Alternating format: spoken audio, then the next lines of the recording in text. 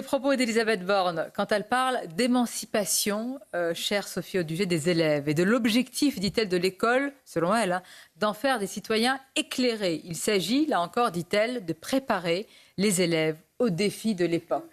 Entendez par là aussi, dans ces défis-là et cette époque, l'éducation sexuelle notamment. C'est l'un de vos sujets de bataille. Je précise à chaque fois que vous venez avec vos chiffres, que vous venez avec des faits et évidemment des convictions, heureusement. Alors, comment dire, qu'avez-vous pensé déjà de cette rentrée et de cette tonalité déjà affirmée par la ministre de l'Éducation ? Alors, oui, déjà, je vous remercie de dire que c'est un sujet que je suis depuis très longtemps, depuis plus de 3 ans maintenant, et qu'on a travaillé ensemble avec le docteur Maurice Berger pour faire une analyse qui ne s'intéresse qu'à un sujet, c'est l'intérêt supérieur de l'enfant, c'est-à-dire l'intérêt de son développement. Quand on fait une politique éducative, il faut qu'il y ait un besoin pour l'enfant. S'il n'y a pas de besoin pour l'enfant, on n'en fait pas une politique éducative. Donc déjà, là, il y a un problème. Donc, hier, les élèves faisaient leur rentrée, mais aussi un nouveau programme, l'éducation à la vie affective, relationnelle et sexuelle, qui est donc un programme officiel depuis cette année, et donc obligatoire.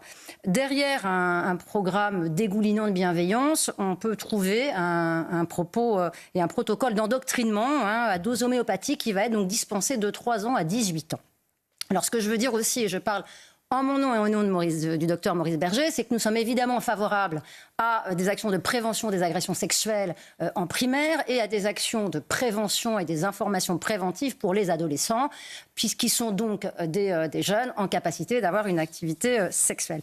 Mais là où nous ne sommes pas d'accord du tout, et c'est bien le problème avec ce programme, c'est que soient soumis à des enfants de 3 ans des messages idéologiques. Et ces messages idéologiques proviennent très clairement des standards d'éducation à la sexualité pour les pays d'Europe de l'Organisation mondiale de la santé. Je vous en donne 5 exemples qui ne sont pas exhaustifs, mais qu'il est important d'avoir en tête. Premièrement, déconstruction de la famille hétérosexuelle comme norme ou modèle. Deuxièmement, remise en cause des identifications spontanées de l'enfant, c'est-à-dire du petit garçon à son père, de la petite fille à sa mère. Le sexe masculin, donc les garçons présentés comme des instruments de domination, l'enfant supposé sexuel dès sa naissance qu'il faut donc éduquer très tôt à une sexualité épanouie, et puis le droit de chaque enfant à déterminer s'il est fille ou s'il se sent fille ou garçon. Je vais être très claire également sur un autre point, c'est que chaque adulte, vous, moi, on peut être d'accord avec ces idéaux de société. Ça nous regarde, nous sommes des adultes responsables, à peu près instruits, capables de penser par nous-mêmes. Ce qui est en jeu ici, c'est l'impact de ces discours sur des enfants de 3 ans, 4 ans, 5 ans jusqu'à 11 ans, puis sur des adolescents en phase pubertaire, c'est-à-dire avec un questionnement sur leur identité, voire vivant une angoisse de sexuation pubertaire. Ces messages ne sont pas neutres. Ils vont impacter le développement à la fois affectif et cognitif de l'enfant, et ils vont venir à l'encontre de ses besoins d'identification à ses parents qui sont déterminants pour sa structure psychique. Alors, il faut dire aussi que ce programme ne cherche absolument pas à ce que l'enfant pense par lui-même, mais à lui inculquer ce qu'il doit penser, comment il doit le penser et pourquoi il doit le penser.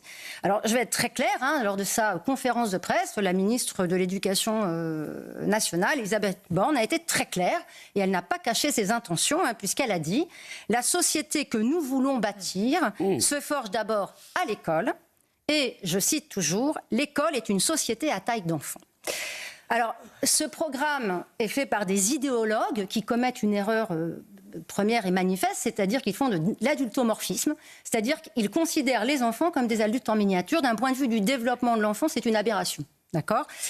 Et donc, ce programme est un programme où on va éduquer les enfants à la place des parents, notamment en leur parlant de sexualité.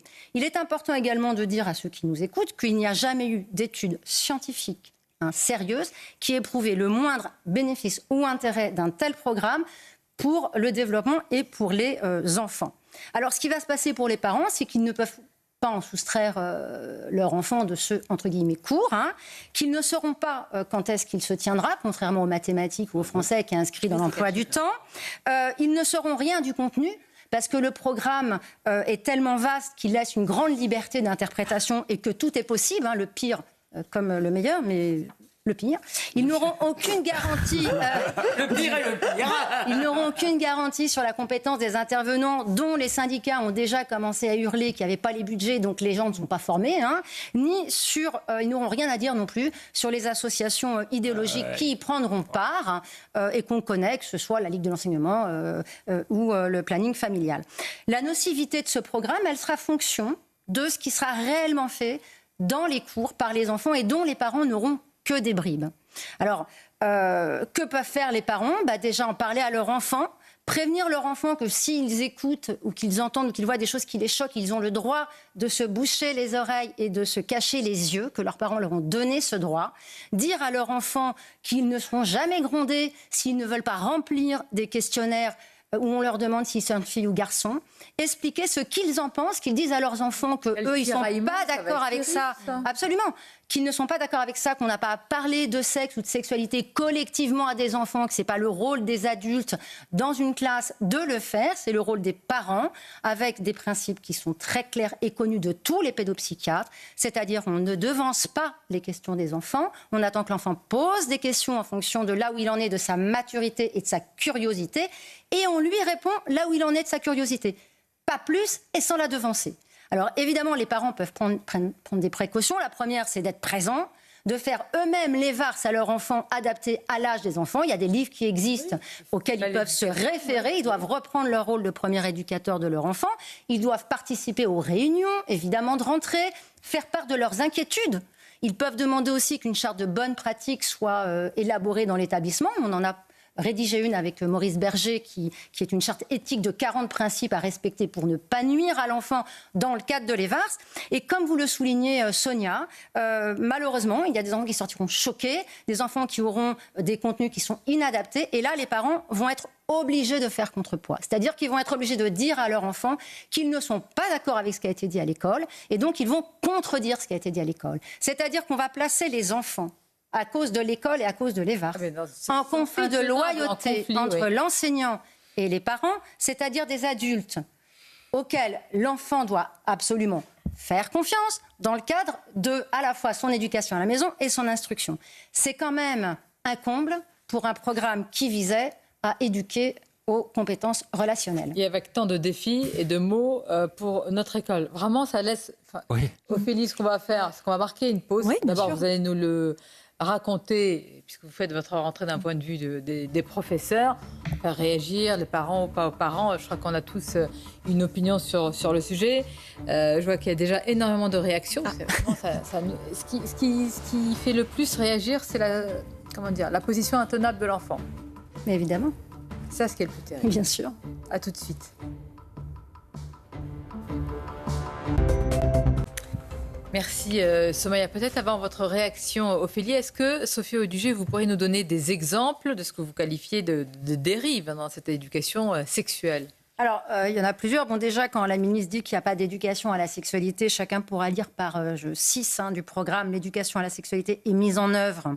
Donc, est déployée à partir des autres enseignements, aussi bien dans le premier degré, c'est-à-dire jusqu'au primaire, que dans le second. Donc déjà, là, il y a quelque chose qui ne va pas.